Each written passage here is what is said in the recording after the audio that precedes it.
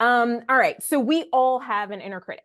And it sounds different. It may look different for all of us, but we all have one. And so the inner critic was born from a place of fear, expectation, and even care. And so it's like, oh, care. How can the inner critic come from care? The thing is, we were born really adventurous and curious and ready to take on the world. But that inner critic came up because of time and circumstance and things that were happening in our lives. And we'll keep talking about that. Everyone's inner critic looks, feels, and sounds different. So some of us may feel like, you know what, I have control of my thoughts. Like I have those negative thoughts sometimes, but you know what? I can manage it. I know how to address what comes up when I look at myself and I'm just like, oh, I'm not feeling very cute today, or I'm not feeling very confident today, but I know how to, like, I have some affirmations, or I just know how to reset so that I can move forward. And some of us, our inner critic is like, "Rawr, rawr," and it's like always going and loud, and it impacts how we are moving through the day, the week, the month, so on and so forth. It can help us feel in control and manage fear. So the inner critic, as much as we can say like it's a negative thing, it shows up, it's there as a way almost to protect us, right? And so and it helps us stay in control, because one thing that I used to think, for instance, was, you know what, if I get ahead of anyone else's criticism, then I'm better off, right? And so I would, like, if my inner critic is saying, oh, well, you're not smart enough for that, or you're not prepared for that, then I would be like, oh, okay, well, I'm going to say to someone else I'm not prepared, or I'm going to take myself out of the running for something, because that allows me to be in control and to manage the fear or discomfort that I may be feeling. And the inner critic is not your authentic voice. So we may hear the inner critic and think, oh, that's me, but it's not really you. It's not, like, that voice doesn't belong to you. Our authentic voice, your authentic voice, is encouraging and loving and powerful, and it embraces you with all kinds of love and support. Unfortunately, the inner critic is often much louder than that voice. And so what we think is us is not really us, but we are still listening to it. Now, the inner critic also makes us should all over ourselves.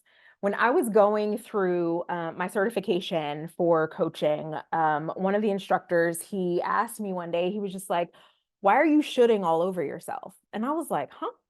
And I had sat there, I don't remember what we were talking about, but I was talking about all of these things that I should have done. I should have done this and I should have done that, instead of really looking at where I was and being and embracing who and where I was. But when we go into this place of should, we feel guilty, we feel shame, we feel disappointment, we feel frustration, and it keeps us from being able to move forward. So let's say if you went to an interview, oh, well, I should have said this, I should have said that, I should have worn this, I should have worn that. And you're saying all of these things to yourself, you can't control any of it now. So it's important to give yourself permission to let those things go.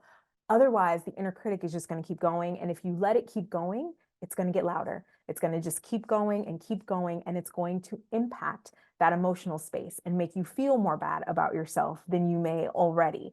And so if you can't change it, then it's just like, you know what? I'm just going to let it go. I could have worn something else. And I often tell people, instead of should, like, maybe you can say could. Does that feel any different in the body? And noticing when we start shoulding all over ourselves, how does that feel in your body? And really giving yourself permission to look into your body and what you're experiencing. Sherry, we had a couple things in the chat I'll mention to you. Gina mentioned that she acknowledges when she feels stressed, but she doesn't always know what to do about it. So it's kind of from a couple slides ago, but that piece of it. And Alicia said the inner critic sounds similar to the psychological resistance, which can sometimes protect people. Yes. And so the inner critic is there, like I said, it's there as kind of like a source of protection. That's how I see it, right? Although we don't need that protection anymore.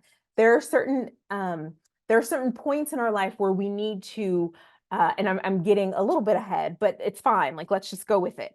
There are points in our lives where we need to be aware of certain things, right? But at some point, we have to say, okay, I was told, be careful of this, be mindful of this, be wise about this, so on and so forth. But I know how to manage myself. I can trust myself, so I can make decisions that will that serve my highest good now. Does that make sense? And then the other thing, Laura, tell me again, it was a stress, but what? Oh, that I acknowledge when I feel stressed, but I don't always know what to do about it. Yeah, and so when we're feeling stress, again, it's good that you notice it, right? And you feel it in your body. And sometimes it's just a matter of taking a breath. And so our one of our greatest gifts to ourselves that's free is our breath, right? And so sometimes we just have to pause and take a few deep breaths and just say, okay, you know what?